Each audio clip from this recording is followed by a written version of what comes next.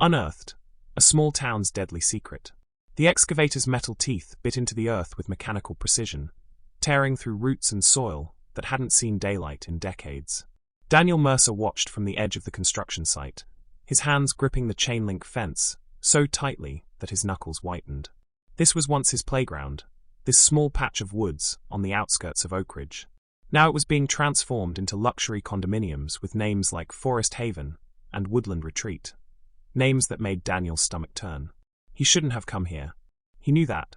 But when he'd seen the notice in the local paper about the groundbreaking ceremony for Whistling Pines development, something had pulled him back to Oak Ridge after 15 years away.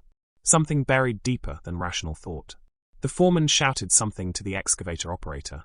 The massive machine paused, its engine idling impatiently. Daniel checked his watch. 3:45 p.m. He had a meeting with his former classmate, now Mayor Robert Tanner, in 15 minutes. Just enough time to circle the perimeter of the site once more. As he walked, memories flickered through his mind like an old film reel. 2 boys racing through these woods, building forts, playing at explorers and pirates. And then that day in August, 20 years ago. The argument. The shove. The sickening sound of bone meeting stone. The panic that followed. The construction site occupied what had once been the densest part of the small forest, where the canopy was so thick that even on the brightest summer days, the ground remained in shadow. Where the earth was soft and forgiving under a boy's desperate, digging hands. "Sir, this area is restricted." A security guard approached, flashlight in hand despite the afternoon sun. Daniel nodded, forcing a smile. "Just taking a look. My company is interested in investing." The lie came easily, practiced over 2 decades of hiding the truth. "You'll want to speak with Ms. Reynolds then. Her office is in the trailer." The guard pointed toward a white prefabricated structure near the entrance. "Thanks. Actually, I'm heading to meet with Mayor Tanner now." The name drop worked. The guard straightened slightly. "Oh, sure thing. Have a good day then." Daniel walked away, his heart hammering against his ribs. He didn't need to check the exact location. He knew it by instinct. 20 paces from the large oak tree with the distinctive split trunk. Except the oak was gone now, reduced to a stump amid the churned earth. His phone buzzed in his pocket. A text from his wife, Lauren. "Good luck with the meeting. Call me after." He texted back a quick, "Will do," and pocketed the phone again. Lauren thought he was here to discuss bringing his architectural firm into a partnership with his hometown. Another lie in a life built on them. The mayor's office was housed in the old town hall, a Victorian brick building that had once seemed impossibly grand to a 10-year-old Daniel. Now it felt small, provincial. Inside, the wood-paneled walls and faded photographs of former mayors created an atmosphere of stagnant history. Danny Mercer. Robert Tanner emerged from his office, arms spread wide. The prodigal son returns. Daniel accepted the bare hug with a stiffness he hoped wasn't obvious. "Rob, good to see you. It's been 15 years? Not since your mother's funeral." "That's right. Well, you look good. Success agrees with you." Rob gestured toward his office. Come in. My secretary will bring us coffee." The mayor's office was cluttered with framed certificates, sports memorabilia, and family photos. Robert Tanner hadn't changed much, still broad-shouldered and loud, with the same winning smile that had made him popular in high school. He'd gained weight, and his dark hair was thinning on top, but the essential Rob remained intact. "So," Rob said, settling behind his desk, "you want to talk about bringing Mercer Designs into Whistling Pines. I have to say, I was surprised to get your call. You've never shown much interest in Oak Ridge matters before." Daniel composed his features carefully. "I've been following the development news. It's an impressive project. It's going to put Oak Ridge on the map. High-end retail, residential, a boutique hotel. The tax revenue alone will transform our budget." Rob leaned forward. "But you didn't come back just to bid on a project. You could have sent anyone from your firm for that." A knock at the door saved Daniel from responding immediately. A middle-aged woman entered with a tray of coffee. "Thanks, Marge," Rob said. When she had gone, he fixed Daniel with a penetrating look. "So what really brings you home, Danny?" Daniel took a careful sip of coffee. "I saw that you're developing the woods near Miller's Creek. The old play spot. I remember." Rob chuckled. "We had some times there, didn't we? You, me, and," he paused. "What was that kid's name? The one who disappeared that summer before 6th grade. Daniel's throat constricted. "Jason. Jason Winters." Right. Strange case that. Parents moved away afterward, if I recall." "They did." Daniel set down his cup before his trembling hand could betray him. That's actually what I wanted to talk to you about. Rob raised an eyebrow. Jason Winters? After all these years? The development? That area where they're excavating now? What about it? Daniel chose his words carefully. Have there been any findings during the excavation? Anything unusual? Like what? I don't know. Archaeological artifacts, maybe. Or other things. Rob's expression shifted, almost imperceptibly. Funny you should ask. The work crew did find something yesterday afternoon. He reached into his desk drawer and removed a plastic evidence bag. Inside was a tarnished silver watch with a broken leather strap. Daniel's blood ran cold. He recognized it instantly. The watch Jason's grandfather had given him for his 10th birthday, just weeks before his death. The watch Daniel had forgotten to remove from his wrist before burying him. Mean anything to you? Rob asked, watching him closely. Daniel schooled his features. No. Should it? Police think it might have belonged to Jason Winters. They've reopened the case. Rob leaned back in his chair. They're bringing in ground-penetrating radar tomorrow. After 20 years? Seems like a waste of resources. That's what I said. Rob sighed.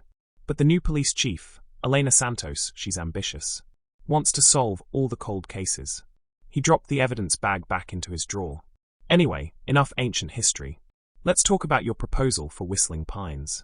For the next half hour, Daniel went through the motions of discussing potential designs and partnerships, all while his mind raced with implications. The watch had been found. Soon, they would find the rest. And then questions would be asked. Questions that would unravel the life he had so carefully constructed. As he left the mayor's office, he noticed a woman watching him from across the street. Tall, with short dark hair and sharp eyes that seemed to look right through him. She wore plain clothes, but the way she carried herself screamed law enforcement. Their eyes met briefly before Daniel turned away, quickening his pace toward the rental car. His phone rang. Lauren. Hey, he answered, trying to sound normal. How did the meeting go? Her voice was bright, eager. Fine. Good. Rob was receptive to the proposal. That's great. Did you reconnect? Was it weird seeing your hometown after so long? Daniel started the car, glancing in the rearview mirror. The woman was still watching him. It was nostalgic. Listen, something's come up. I might need to stay an extra day or two. Oh, what happened? Just some details to work out with the development team. The lie tasted bitter. I'll call you tonight, okay? After hanging up, Daniel drove aimlessly through Oak Ridge's quiet streets, past the high school he'd graduated from, past the ice cream shop where he'd had his first job, past the house where he'd grown up. Finally, he found himself at the entrance to Miller's Creek Park, a small nature preserve adjacent to the development site. He parked and walked the familiar trail, now paved and dotted with interpretive signs about local flora and fauna. The creek babbled softly, unchanged by time or human interference. Daniel stopped at a wooden footbridge, leaning against the railing and staring into the flowing water below. 20 years ago, Jason Winters had fallen from a similar bridge, much cruder and built by the boys themselves. They had been arguing about something trivial, a comic book, a game. Daniel couldn't even remember now. There had been a shove, not even a hard one. But Jason had stumbled backward, lost his balance, and struck his head on a rock as he fell. Daniel had tried to revive him, tried everything his limited knowledge of first aid could suggest. But Jason's eyes remained fixed and empty, blood pooling beneath his head. Panic had overwhelmed Daniel. If he told anyone, they wouldn't believe it was an accident. He'd go to juvenile detention, his life ruined. So he'd made a decision that would define the rest of his life. He dragged Jason's body deeper into the woods and buried it.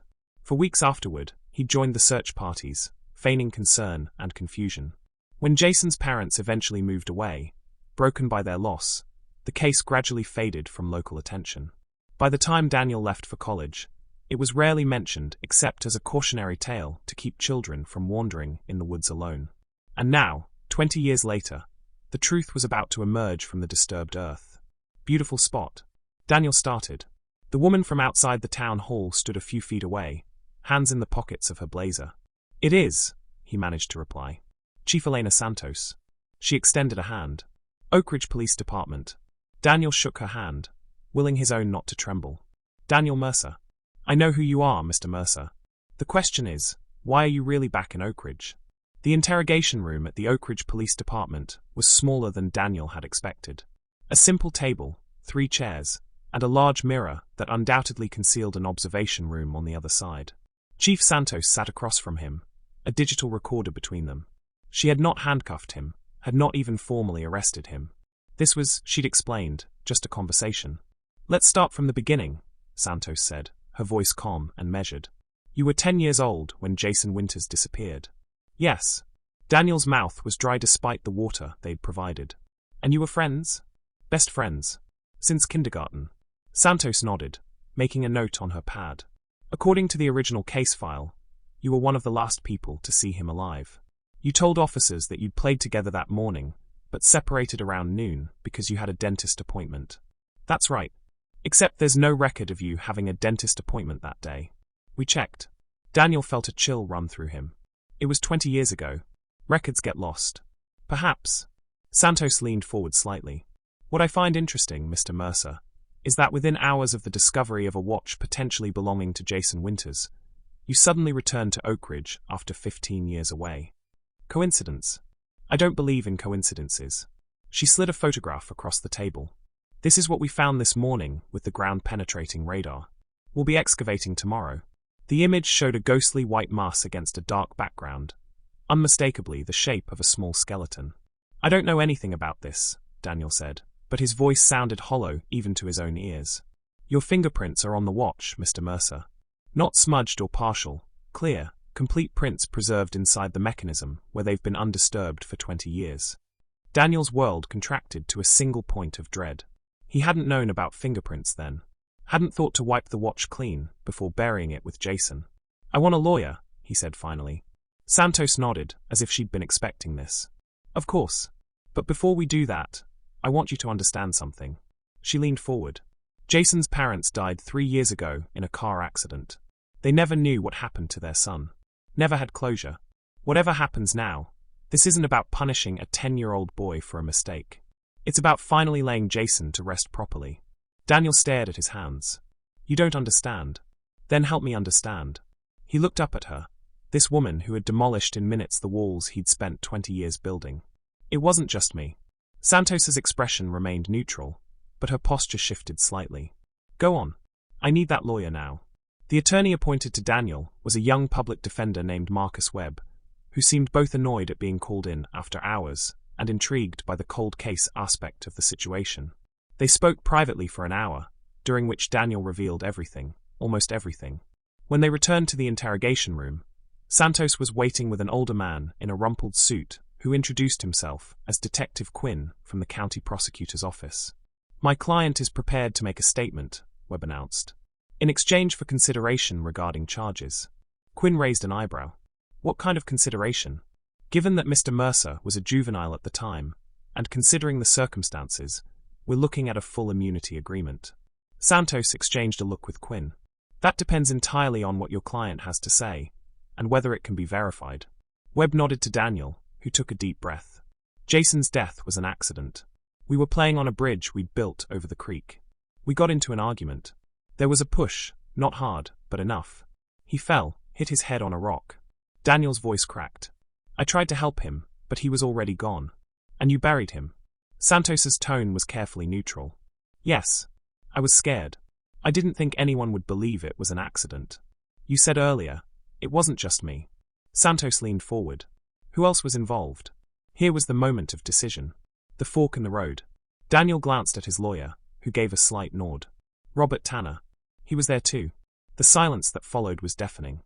Finally, Quinn spoke. "You're accusing the mayor of being involved in Jason Winters' death?" "Not his death. The cover-up." Daniel leaned forward. "Rob was 13 then, older and bigger than both of us.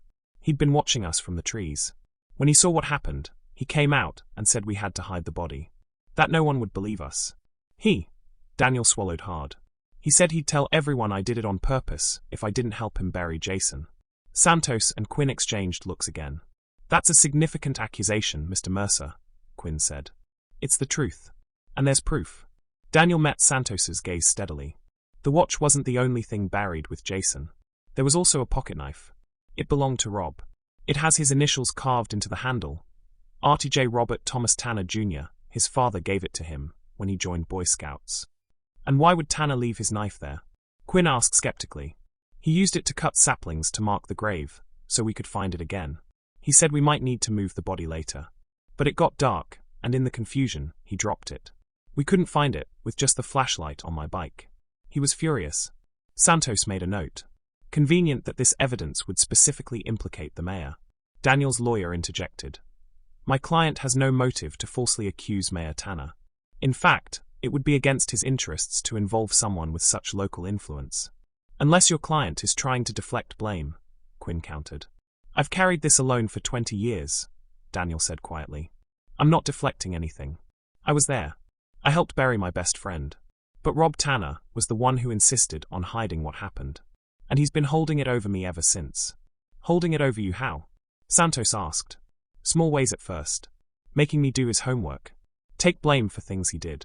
Later, when I started my architecture firm, he steered contracts my way in exchange for kickbacks. Clean money that his developer friends could use. Daniel looked down. I've been paying for my silence for 2 decades. Santos studied him for a long moment. If what you're saying is true, why come forward now? You could have stayed away, let us find the body, and maintained your distance. Because I saw the watch in Rob's drawer today. He's known all along that the body was about to be discovered. He wanted me back here, wanted to remind me of our arrangement. And what is that arrangement exactly? That I take full responsibility. He suggested I claim that I'd recently found religion, that my conscience was finally getting to me, and that's why I'd come home to confess after all these years. Daniel's laugh was bitter.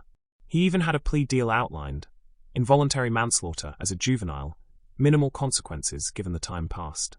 He has the county prosecutor in his pocket. Quinn bristled. Watch yourself, Mr. Mercer. The point is, Webb interjected, my client believes Mayor Tanner intends to use this discovery to his advantage, perhaps even to eliminate a potential threat by having Mr. Mercer take full blame. Santos leaned back, considering. We'll need more than your word, Mr. Mercer. The pocket knife. It will be there with Jason's remains. And there's something else. Daniel hesitated. I kept a journal back then. After it happened, I was too afraid to write about it directly, but I wrote in code, substituting words, writing backward. It's in my old bedroom at my mother's house. The house has been rented out since she died, but I never cleared the attic. Santos nodded slowly. All right, we'll check both of these things. In the meantime, Mr. Mercer, you'll need to remain in Oak Ridge. I understand.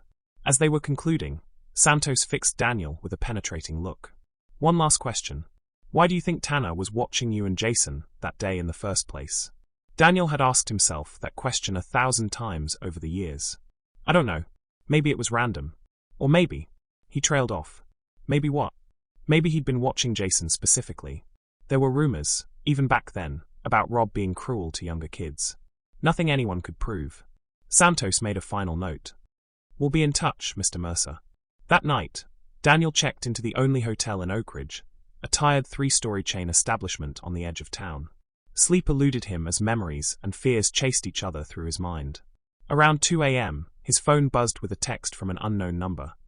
Back off while you still can. He was contemplating whether to report the message to Santos when a sharp knock came at his door. Cautiously, he approached and looked through the peephole.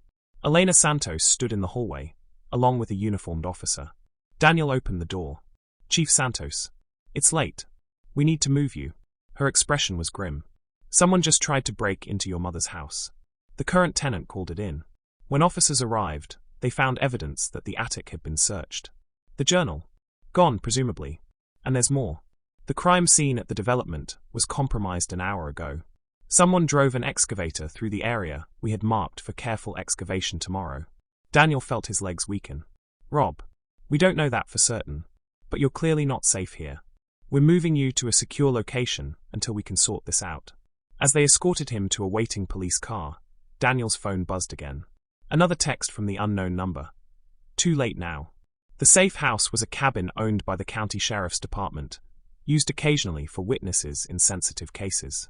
Located about 30 miles from Oak Ridge, it sat on the shore of a small lake, surrounded by pine trees that whispered in the gentle night breeze. Under different circumstances, it might have been peaceful. We'll have an officer stationed outside at all times, Santos explained as she showed Daniel around the sparse interior. No internet, limited cell service. For now, I'd prefer you don't contact anyone. What about my wife? She'll be worried. Santos considered this. One call from my phone, with me present. Keep it brief, and don't mention where you are. The call to Lauren was difficult. Daniel could hear the concern in her voice, the questions she wasn't asking directly. He told her he was helping the police with an old case, that he was safe, and that he would explain everything soon. When he hung up, the weight of 2 decades of lies pressed down on him like a physical force. You never told her, Santos observed. How could I? By the way, honey, I helped cover up the death of my childhood friend, and have been paying off the mayor of my hometown ever since. Not exactly something you bring up over dinner. Santos didn't respond immediately, instead moving to the window and looking out at the darkness. The excavation team will resume work tomorrow, with additional security. If the remains are where you say they are, and if the pocket knife is there, it will be, unless Rob managed to remove it tonight. The disturbance was significant, but focused on one area. If he was searching for something specific, he may have missed it. She turned back to Daniel. I've also requested the original case files from storage, and pulled the investigation notes from the detectives who handled Jason's disappearance. There are some inconsistencies. What kind of inconsistencies? Witness statements that weren't followed up on. Evidence logged but never processed. Santos's expression was carefully neutral. The lead detective back then was Thomas Quinn. The county prosecutor who was in the room today, his father, retired now, but still influential locally. The implications settled over Daniel like a cold shroud. You think the original investigation was deliberately mishandled? I think small towns have long memories and complicated loyalties. Santos checked her watch. Try to get some rest. Officer Patel will be right outside if you need anything. Alone in the cabin, Daniel found sleep impossible. Instead, he sat at the small kitchen table, a mug of cooling coffee between his hands, and tried to piece together the fragments of memory from that terrible day. He remembered the heat, the buzzing of cicadas, the murky water of the creek. He remembered Jason's laugh just moments before their argument, and the sudden horrible stillness afterward. But most of all, he remembered Robert Tanner emerging from the trees, his expression not shocked or horrified, but calculating. You killed him, Rob had said, not as an accusation, but as a statement of fact. No, it was an accident. We have to get help. Nobody's going to believe that, Danny boy. Not with your history. Daniel had been confused. What history? The fights at school. The counseling your mom makes you go to for your anger issues. Everyone knows you're messed up since your dad left. It wasn't true, or not entirely. Yes, there had been some playground scuffles, and yes, his mother had taken him to a therapist after the divorce. But it wasn't like that. Yet in that moment, with Jason lying motionless on the creek bed, doubt had crept in. Would people believe him? Rob had moved closer, his larger frame looming over Daniel. Here's what we're going to do. We're going to bury him. Deep. No one will ever know what happened. But his parents will think he ran away or got kidnapped. Either way, it won't come back on us. Us, Daniel had echoed. Rob's smile had been chilling for a 13-year-old. I'm helping you, Danny. And someday, you'll help me. That's how friendship works. The memory sat bitter in Daniel's throat.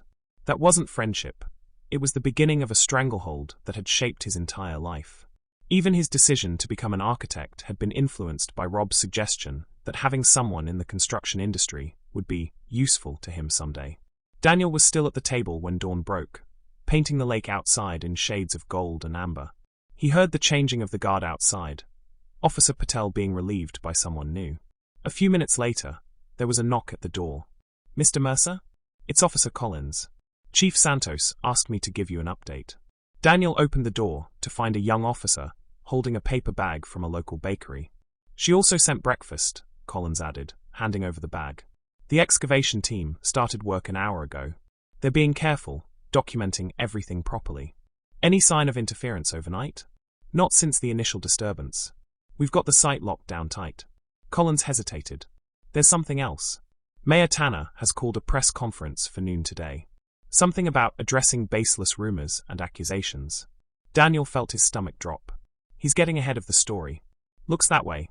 Chief Santos is trying to find your journal before then. But so far no luck.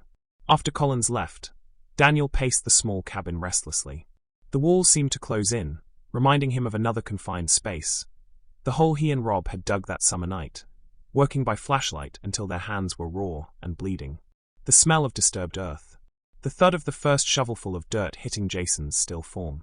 His phone buzzed, startling him from the memory. A text from Santos. Turn on the news. Now.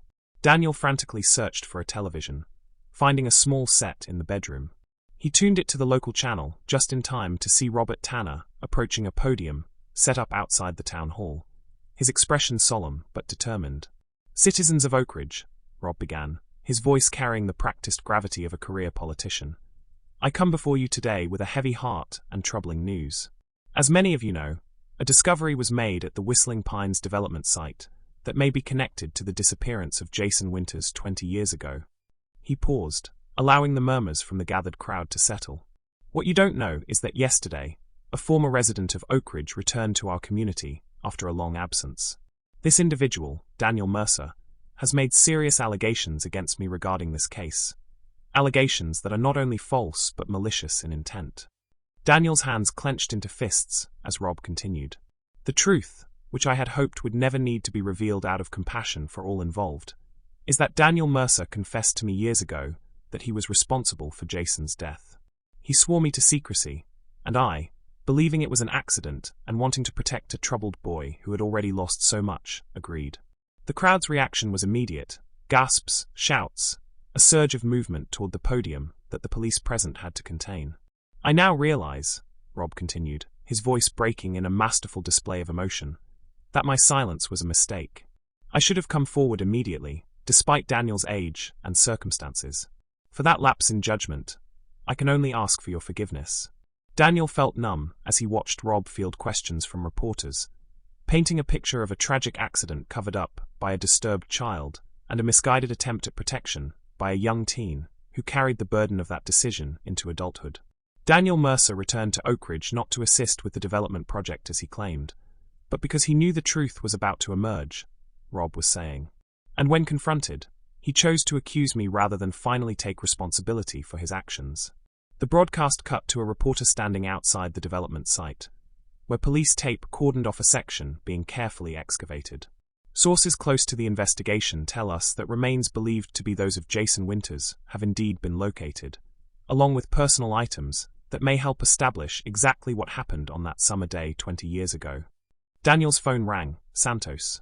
Are you seeing this? He demanded as soon as he answered. I am. He's spinning a story that fits the facts while making himself the sympathetic party. He's lying through his teeth. I know that, but right now it's your word against his, and he's got 20 years of community trust behind him. Santos's voice was tight with frustration. We need that pocket knife. Have they found anything yet? They've located the remains. Preliminary examination confirms it's a child matching Jason's description and age. But so far no knife. Daniel closed his eyes, trying to visualize that night. The hole they'd dug. Jason's body. The watch on his wrist that Daniel had forgotten to remove. But the knife, where exactly had Rob dropped it? It wasn't in the grave, Daniel said suddenly. Rob dropped it while we were filling the hole. He was using it to cut branches to cover the disturbed ground, and he set it down on a rock or a log nearby. When we were done, he couldn't find it in the dark. How nearby? I don't know exactly. Maybe a few feet from the grave? It was dark, we were scared. I'll tell the team to widen the search area. Santos paused. There's something else. We found your journal. Daniel's heart leapt. Where? It wasn't at your mother's house. It was in an evidence box from the original investigation. Logged but never examined. That's impossible. I never gave anyone that journal. Someone took it from your house back then. The log shows it was collected 3 days after Jason disappeared, during a routine canvass of the neighborhood. Santos's voice hardened. The detective who logged it was Thomas Quinn Sr. The implications washed over Daniel like ice water. They knew. From the beginning, they knew. Maybe not everything, but enough to be concerned. Quinn Sr. had a reputation for handling things the Oak Ridge way. Meaning protecting the town's interests. And the Tanner family has represented those interests for 3 generations. Daniel thought back to Rob's father, a stern man who had served as mayor before his son, and his grandfather before him. The Tanners were Oak Ridge royalty, their name on buildings and plaques throughout the small town. So what now? Now we keep looking for that knife, and I keep digging into the original investigation. Santos's tone shifted slightly. But I need to ask you something, and I need the absolute truth. Was Jason's death really an accident? The question hung in the air between them. Daniel closed his eyes, seeing again the bridge, the argument, the push. Yes. I swear it. We were just kids fighting over something stupid. I never meant to hurt him. All right. Santos sounded satisfied. Stay put. I'll update you when we know more. The hours crawled by. Daniel alternated between watching the news coverage, which grew increasingly sensational as Rob's version of events spread, and staring out at the lake, trying to reconcile the past with the present. By late afternoon, his name and face were being broadcast nationally, labeled as both a childhood killer and a man attempting to frame an innocent public servant out of desperation. Around 6 p.m., there was another knock at the cabin door. Expecting Officer Collins, Daniel was surprised to find Elena Santos herself standing there, her expression unreadable. "We found it," she said without preamble, holding up an evidence bag. Inside was a dirt-encrusted pocketknife, its wooden handle worn, but still clearly showing the carved initials. RTJ. "Where?" "Exactly where you said it might be. About 5 feet from the grave site, buried under 2 decades of forest debris. But that's not all." She entered the cabin, closing the door behind her.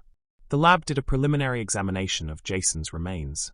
The skull fracture is consistent with a fall, as you described. But there was also evidence of an older injury, a healed fracture to the right arm and signs of repeated trauma consistent with physical abuse.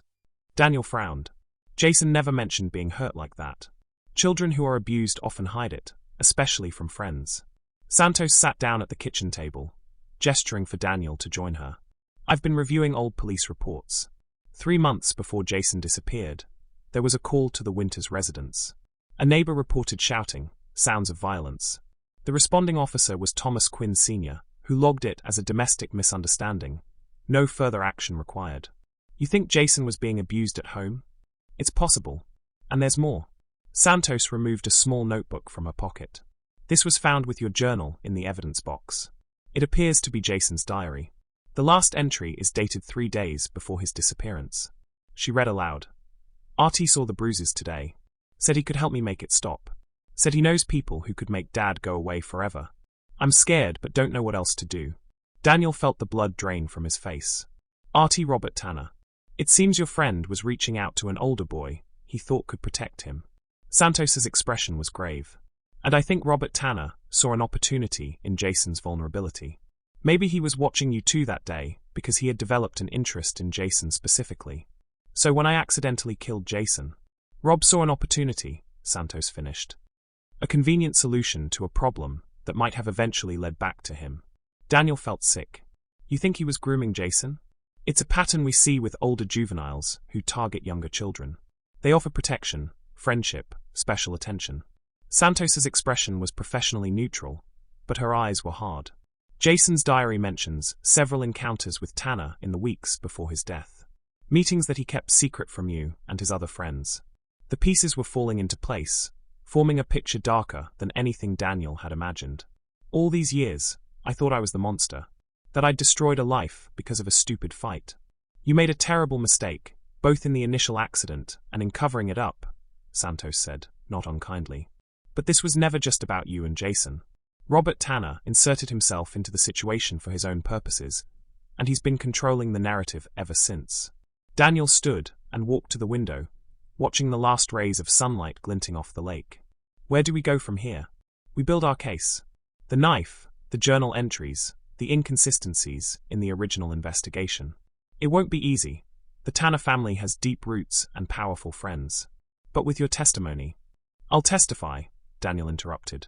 "To all of it. No deals, no immunity. Whatever happens, happens." Santos studied him for a moment. "That's not a decision to make lightly. You could be facing serious charges yourself." "I know, but I've been running from this for 20 years. I'm done." As Santos was preparing to leave, her phone rang. She answered, listened for a moment, then her expression changed to one of urgency. "When? Are you sure?" "I'm on my way." She hung up and turned to Daniel. "That was the lab.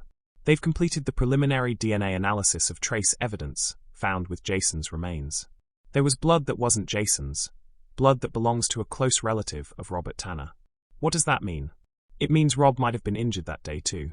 Did you see him hurt himself when you were burying Jason?" Daniel searched his memory. "No, wait. Yes. He cut his hand on the knife when he was using it to cut branches. It wasn't serious, but it bled quite a bit. That's not what the DNA indicates." Santos was already moving toward the door. The lab says it's a familial match, not exact. The blood likely belongs to another Tanner, possibly his father. Thomas Tanner Sr.? But he wasn't there that day. That we know of. Santos paused at the door. Stay here. Do not leave for any reason. I'll have Officer Collins remain right outside. After she left, Daniel paced the cabin restlessly, his mind racing with new possibilities, each more disturbing than the last. If Thomas Tanner Sr. had somehow been involved, the conspiracy ran deeper than he'd imagined. He was standing at the window again when he noticed movement at the edge of the trees, a figure slipping between the pines, moving toward the cabin. Daniel's heart rate spiked. He stepped back from the window, looking for Officer Collins, but the police cruiser was empty. A soft knock came at the back door of the cabin, barely audible above the sound of the wind in the trees. Daniel froze, uncertain whether to answer or hide. Daniel. A woman's voice, familiar but not immediately placeable. Daniel, it's Sarah. Sarah Winters. Jason's sister. Sarah. Daniel had almost forgotten about her. 3 years younger than Jason. A quiet girl with the same honey-blonde hair as her brother. The Winters had taken her with them when they left Oak Ridge. Against his better judgment, Daniel approached the back door. Through the small window, he could see a woman in her late 20s, her features recognizably similar to Jason's despite the passage of time. What are you doing here? He asked through the door. I need to talk to you. Please. It's about Jason. Daniel hesitated, then opened the door just enough to see her clearly. How did you find me? This place is supposed to be secure. Officer Collins is an old friend. When I heard they'd found Jason, I came back. I've been waiting for a chance to speak with you privately. Sarah's eyes, so much like her brother's, were pleading. Please, Daniel. 5 minutes. Against his better judgment, Daniel let her in, glancing around to make sure no one else was watching. Sarah entered the cabin, her movements carrying the same fluid grace he remembered from childhood. I'm sorry about your parents, he said awkwardly. Chief Santos told me about the accident. Sarah nodded. 3 years ago. Maybe it was a blessing. They never stopped looking for Jason, never stopped hoping. She sat at the kitchen table, her hands clasped tightly in front of her. They died still believing he might come home someday. Daniel remained standing, unwilling to sit across from the sister of the boy he'd helped bury. Sarah, I don't know what Collins told you, but I know what happened, she interrupted. Not all of it, but enough. I know about the accident at the creek, and I know about Robert Tanner. Daniel stared at her. How? Sarah reached into her pocket and removed a folded piece of paper, yellowed with age. Jason wrote to me the day before he died. He used to hide notes for me inside this book we shared. A silly thing, our own secret way of communicating when our parents were fighting. She unfolded the paper carefully. He wrote that he was planning to run away, that a friend was going to help him escape from what Dad was doing to him. Rob Tanner, Daniel said softly. Sarah nodded. I think so, though Jason never used his full name to me. Just, I was only 7, but even I knew something was wrong with Jason in those last weeks. He was jumpy, secretive, but also hopeful, in a way I hadn't seen before. She looked up at Daniel. I think he believed this, our person was genuinely going to help him. Why didn't you tell anyone about the note? I did. I told the police officer who came to our house, the older one with the grey hair. Thomas Quinn Sr. He took the note, said it was evidence. But it was never mentioned again, and when I asked my parents about it later, they said the police had no leads, no evidence of any kind. Daniel leaned against the counter, trying to process this new information. Santos found Jason's diary in an evidence box that was never properly examined. Your note might be there too. I hope so, because there's something else you need to know. Sarah's voice dropped. The night before Jason disappeared, my father came home with a black eye and a broken hand. He was ranting about that Tanner boy, and how he'd regret laying hands on a grown man. Thomas Tanner Jr., Rob, was 13 then, old enough to fight back if cornered. Sarah's expression hardened. My father was a cruel man, Daniel. What he did to Jason, to all of us. She shook her head. But that night was different. He was scared. And the next day, Jason was gone. The implications settled over Daniel like a physical weight. You think your father confronted Rob about his interest in Jason? And Rob's father intervened. Thomas Tanner Sr. was police chief back then, before he moved up to county prosecutor. He had the authority, the resources, to cover things up. Sarah leaned forward. What if my brother's death wasn't an accident at all? What if you've been carrying the blame for something you didn't do? The evidence room at the Oak Ridge Police Department smelled of dust and forgotten secrets. Chief Santos moved methodically through the shelves, pulling boxes labeled Winters J. Missing Juvenile, 2005. Most of these should have been digitized years ago, she muttered to Marcus Webb, who had insisted on being present as Daniel's attorney. But Quinn Sr. kept certain cases separate from the main records system. His special projects, apparently. Daniel stood nearby, watching as Santos opened the first box and began cataloging its contents. Sarah Winters sat quietly in a corner, her presence unusual, but allowed given the exceptional circumstances. "Here's the diary," Santos said, lifting the small notebook they'd already seen. "And look at this." She held up a plastic evidence bag, containing a folded piece of paper. "Is this your note, Sarah?" Sarah approached, examining it through the plastic. "Yes. That's my brother's handwriting." Santos carefully opened the evidence bag and unfolded the paper, now protected in an archival sleeve. "Sari," she read aloud. "Don't worry about me after tomorrow. Or is helping me get away from Dad. We have a plan. I'll send for you when it's safe. Don't tell anyone until I'm gone. Love, Jay." "There's a date in the corner," Webb pointed out. "August 12th, 2005. The day before Jason disappeared." Santos continued through the box, methodically documenting each item. There were interview transcripts, neighborhood canvas reports, search grid maps, the standard elements of a missing person investigation. But interspersed were curious omissions and redactions. "The interviews with the Tanner family are missing," Santos noted, checking against the evidence log. "Supposedly conducted on August 15th, but no transcripts, no notes." "Convenient," Webb remarked. As they reached the bottom of the first box, Santos pulled out a sealed manila envelope marked Personal Effects. "Do not open without authorization."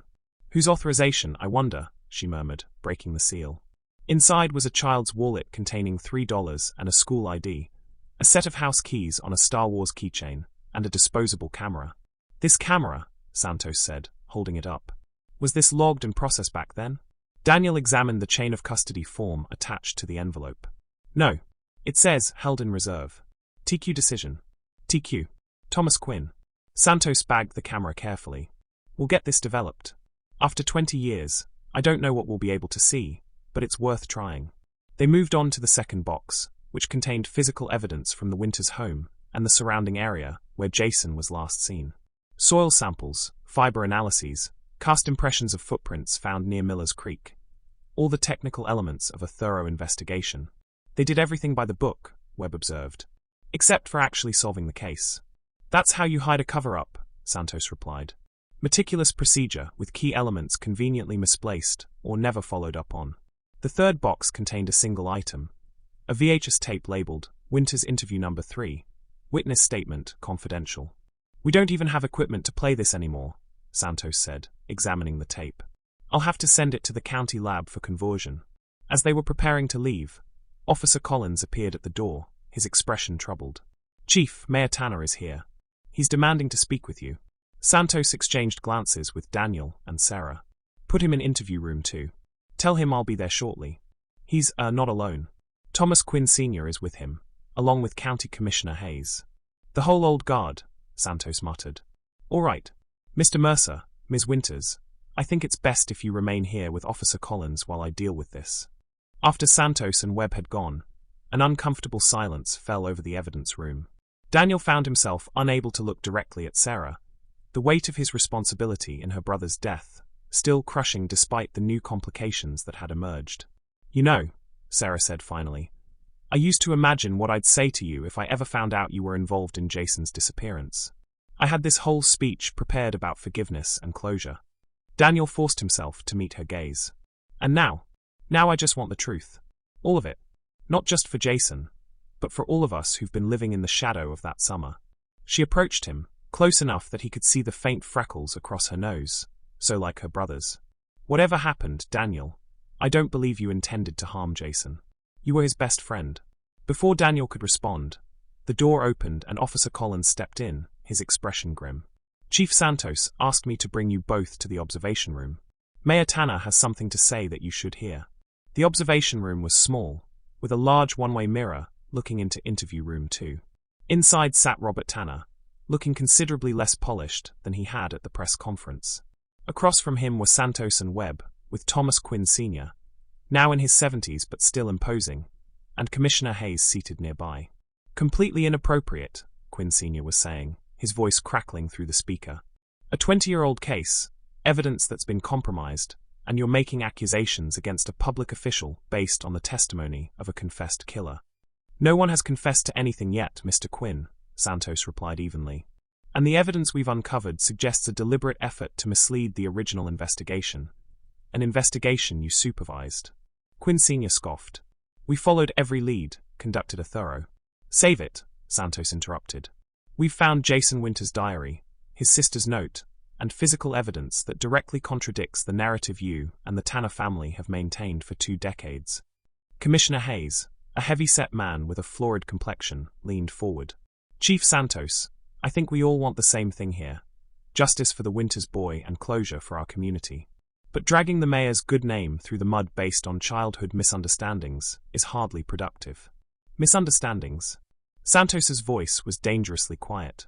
Is that what we're calling the systematic abuse of a child, followed by his death and a cover-up involving multiple public officials? Rob, who had remained silent until now, suddenly slammed his hand on the table. Enough. This has gone too far. He turned to Quinn Sr. Tell her. Robert, I don't think. Tell her, or I will. Rob's face was flushed, his composed political persona cracking. I'm not going down for all of this. Not alone. Quinn Sr. exchanged glances with Commissioner Hayes, who gave a slight nod. Very well. The older man sighed deeply. What happened to Jason Winters was regrettable. But not in the way you think, Chief Santos. Explain, Santos said coldly. Thomas Tanner Sr. was indeed involved, but not in the way you imagine, Quinn Sr. began, his voice taking on the practiced cadence of a long-time prosecutor. The night before Jason disappeared, James Winters, the boy's father, came to the Tanner home in a drunken rage, accusing young Robert of corrupting his son. In the observation room, Sarah inhaled sharply. There was an altercation, Quinn Sr. continued. James Winters was physically abusive to his family, as our records indicated, but we could never prove sufficiently for removal of the children. Thomas Sr. intervened when James attempted to assault Robert. And, Santos prompted when he paused. And James Winters fell, striking his head on the stone hearth. It was an accident, but given Thomas Sr.'s position as police chief and James Winters' reputation in town, a decision was made to handle the matter privately. Daniel felt the blood drain from his face as the implications became clear. James Winters was dead, Webb said flatly. And you covered it up. Quinn Sr. spread his hands. It was self-defense, protection of a minor. But the optics would have been disastrous. Thomas Tanner Sr., respected police chief, kills local troublemaker? The scandal would have torn the town apart. So what happened next? Santos asked, her voice tight with controlled anger. Rob spoke up, his earlier bravado fading. My father and Quinn decided to dispose of the body. They took it to the woods near Miller's Creek, buried it deep. They thought that would be the end of it. But it wasn't, Santos said. No. Rob's shoulders slumped. The next day, Jason approached me upset. He'd somehow found out about his father's visit to our house, was worried about retaliation. I told him his father had gone away, that he wouldn't be hurting him anymore. Did you tell him his father was dead? Not in those words. I told him he was gone for good, that my father had made sure of it. Jason was relieved, but also worried about what would happen to him and Sarah now. And then, Santos prompted. Then nothing. I didn't see Jason again that day. Next thing I heard, Daniel Mercer was saying they'd had a fight at the creek, and Jason had run away. Rob's eyes drifted toward the one-way mirror, as if he could see Daniel watching. When Jason didn't come home that night, everyone assumed he'd run away, possibly to find his father. But his body was found at the development site, Webb pointed out, with evidence placing you at the scene. Because I went looking for him. Rob's composure broke entirely.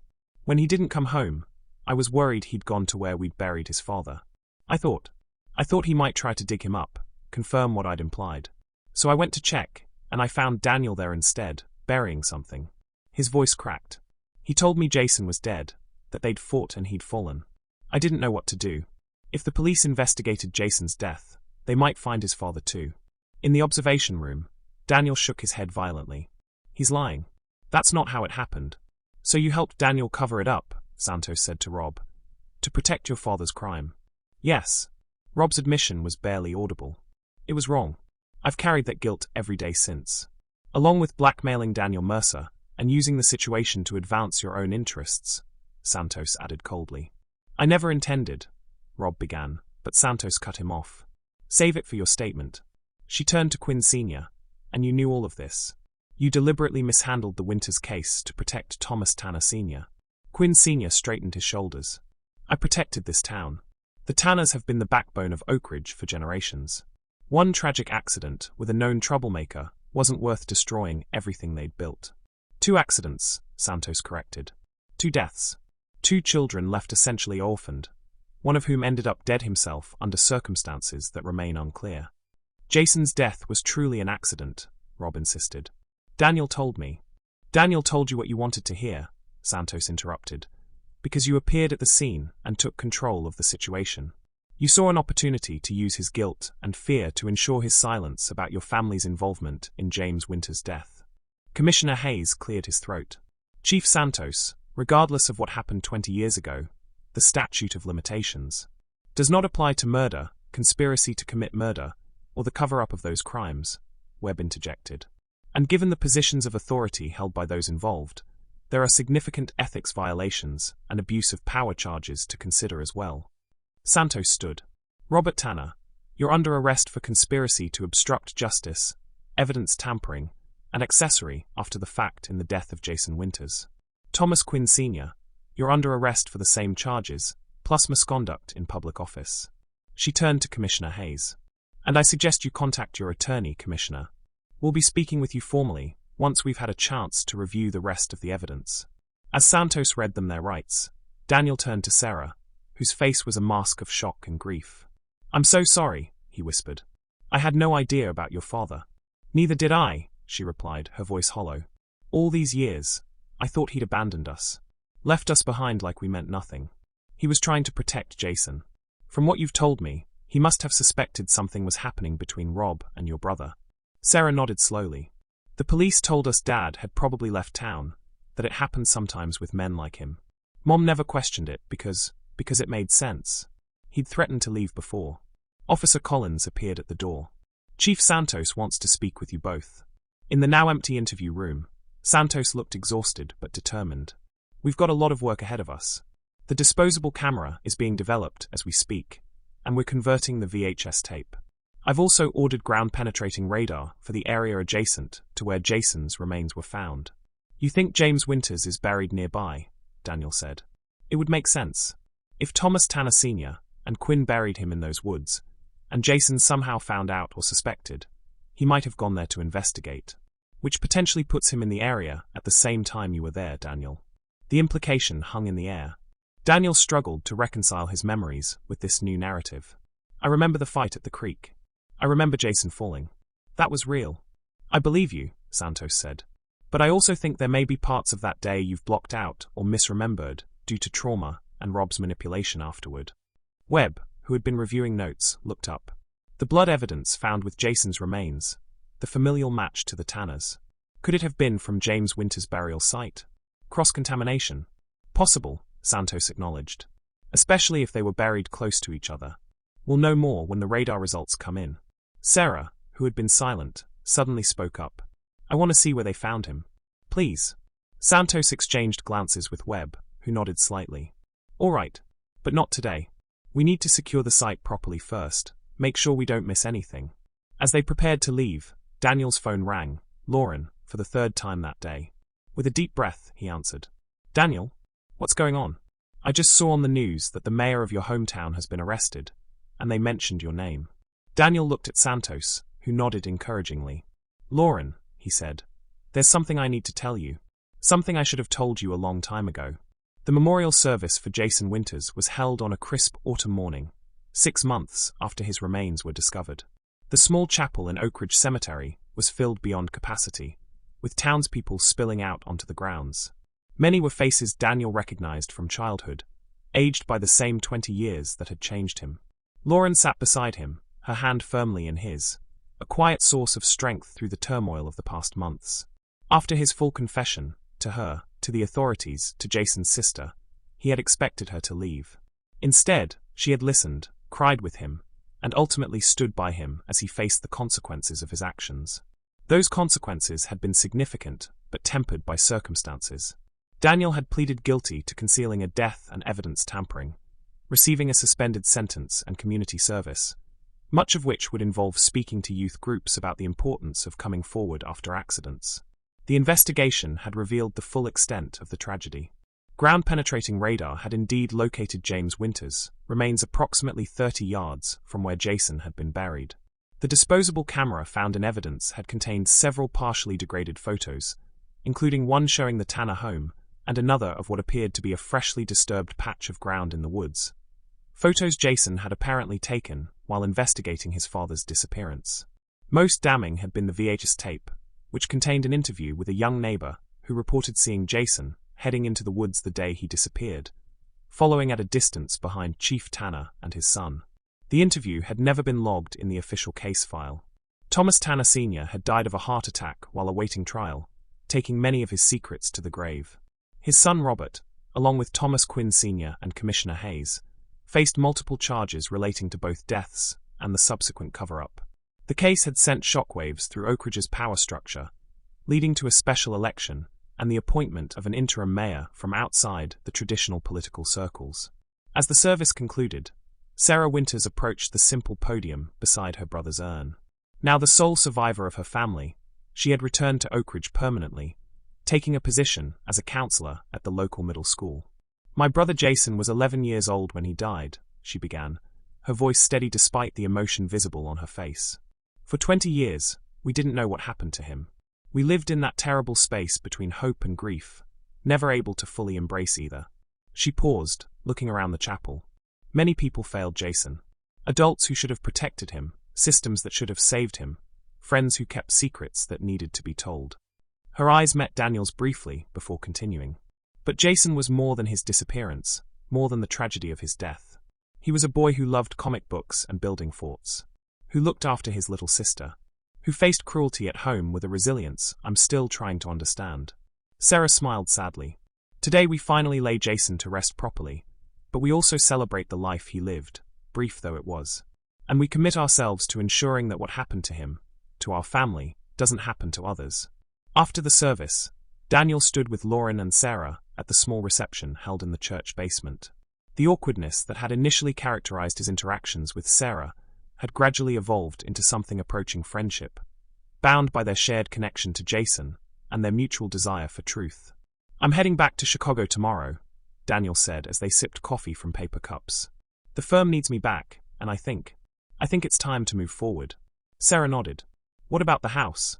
Your mother's place?" Daniel had recently reclaimed his childhood home from the tenants who had been renting it since his mother's death. "I'm keeping it, actually. Not to live in, but as a place to come back to occasionally. And I've decided to donate it to the town next year, to be used as a youth center.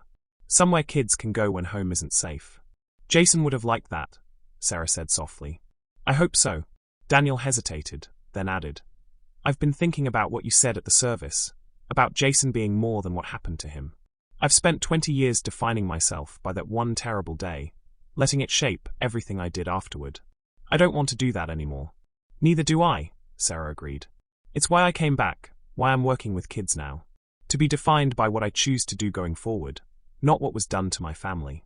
Lauren, who had been quietly supportive throughout, squeezed Daniel's hand. "We should visit sometimes. See how the youth center develops." "I'd like that," Sarah said, and Daniel could see she meant it. As they prepared to leave, Chief Santos approached, looking much as she had when Daniel first met her, direct, uncompromising, but with a fundamental decency that had helped guide the case toward truth rather than merely punishment. "Mr. Mercer, Mrs. Mercer," she greeted them, then turned to Sarah. "Ms. Winters. Beautiful service." "Thank you for coming," Sarah replied. "And for everything you've done." Santos nodded acknowledgement.